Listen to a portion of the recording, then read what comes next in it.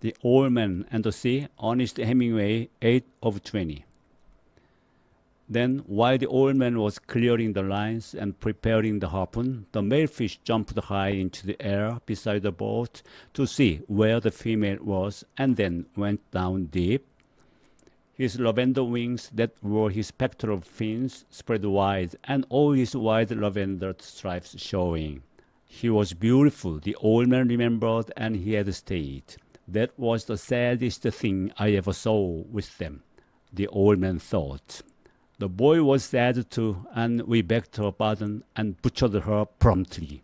I wish the boy was here, he said aloud, and settled himself against the rounded planks of the bow, and felt the strength of the great fish through the line he held across his shoulders, moving steadily toward whatever he had chosen. When once, through my treachery, it had been necessary to him to make a choice, the old man thought.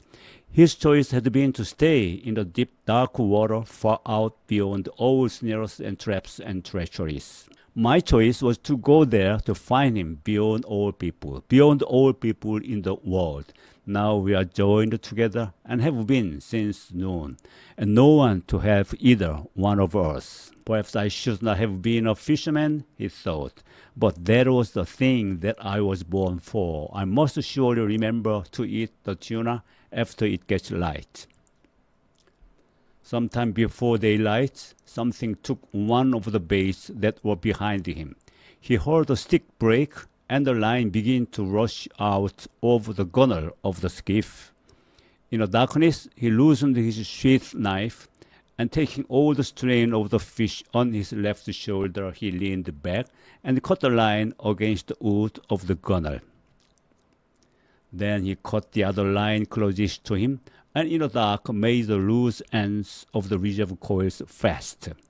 He walked skillfully with the one hand and put his foot on the coils to hold them as he drew his knot tight. Now he had 6 reserve coils of line. There were 2 from each bait he had severed, and the 2 from the bait the fish had taken, and they were all connected. After it is light, he thought, I will walk back to the 40-fathom bait and cut it away too, and link up the reserve coils. I will have lost 200 fathoms of good Catalan caudal, and the hooks and ladders. That can be replaced. But who replaced this fish? If I hook some fish and it cuts him off, I don't know what that fish was that took the bait just now. It could have been a marlin, or a broadbill, or a shark. I never felt him. I had to get rid of him too fast. Aloud he said, I wish I had a boy. But you haven't got the boy, he thought. You have only yourself, and you had better walk back to the last line now, in the dark or not in the dark, and cut it away and hook up the 2 reserve coils. So he did it. It was difficult in the dark, and once the fish made a surge that pulled him down on his face and made a cut below his eye. The blood ran down his cheek a little way, but it coagulated and dried before it reached his chin, and he walked his way back to the bow and rested against the wood. He adjusted the sack and carefully walked the line so that he came across a new part of his shoulders, and, holding it anchored with his shoulders, he carefully felt the pull of the fish, and then felt with his hand the progress of the skiff through the water. I wonder what he made that lurch for, he thought. The wire must have slipped on the great heel of his back.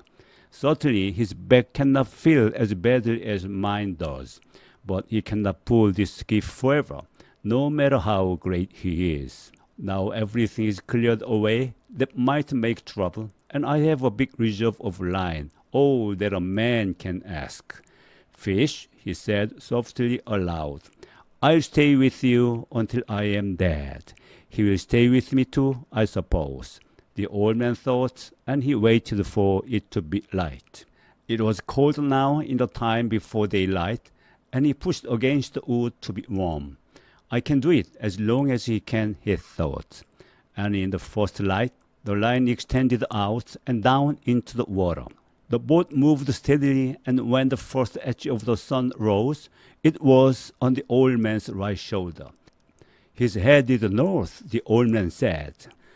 The current will have set us far to eastward, he thought. I wish he would turn with the current. That would show that he was tiring. When the sun had risen further, the old man realized that the fish was not tiring. There was only one favorable sign. The slant of the line showed he was swimming at a lesser depth. That did not necessarily mean that he would jump, but he might. God, let him jump, the old man said. I have enough line to handle him. Maybe if I can increase the tension just a little, it will hurt him and he will jump, he thought. So that it is daylight, let him jump so that he will fill the sacks along his backbone with air, and then he cannot go deep to die. He tried to increase the tension, but the line had been taut up to the very edge of the breaking point since he had hooked the fish, and he felt the harshness as he leaned back to pull and knew he could put no more strain on it. I must not jerk it ever, he thought. It was the yellow gulf weed that had made so much phosphorescence in the night. Fish, he said, I love you and respect you very much, but I'll kill you dead before this day ends. Let us hope so, he thought. A small bird came toward the skiff from the north. He was a warbler and flying very low over the water. The old man could see that he was very tired. The bird made the stern of the boat and rested there. Then he flew around the old man's head and rested on the line where he was more comfortable. How old are you? The old man asked the bird. Is this your first trip? The bird looked at him when he spoke. He was too tired even to examine the line, and he teetered on it as his delicate feet gripped it fast. It's steady, the old man told him. It's too steady. You shouldn't be that tired after a windless night. What are birds coming to? The hawks, he thought, that come out to sea to meet them. But he said nothing of this to the bird, who could not understand him anyway, and who would learn about the hawks soon enough. Take a good rest, small bird, he said. Then go in and take your chance like any man or bird or fish. It encouraged him to talk because his back had stiffened in the night and it hurt truly now. Stay at my house if you like, bird, he said. I'm sorry I cannot hoist the sail and take you in with the small breeze that is rising, but I am with a friend. Just then, the fish gave a sudden lurch that pulled the old man down onto the bow and would have pulled him overboard if he had not braced himself and given some line.